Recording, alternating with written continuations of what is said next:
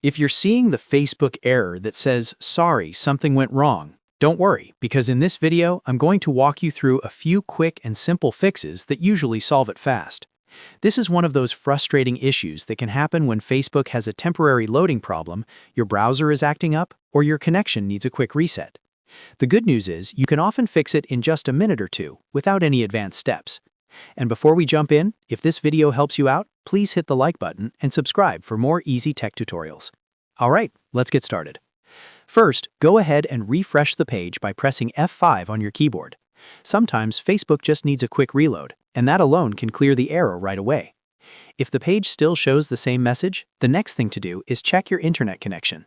A weak or unstable connection can cause Facebook to fail while loading, so make sure your Wi-Fi is working properly, or try switching to a more stable network. After that, the next fix is to clear your browser cache.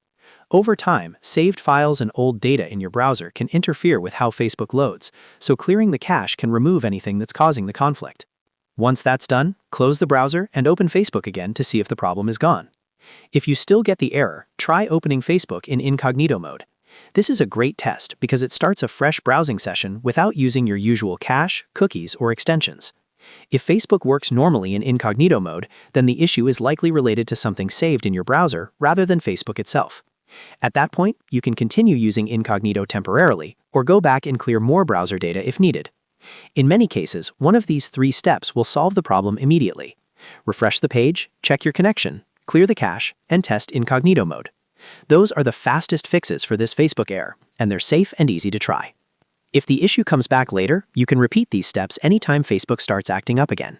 And if this helped you fix the problem, don't forget to like this video, subscribe to the channel, and leave a comment if you want more quick troubleshooting guides like this one. Thanks for watching, and I'll see you in the next video.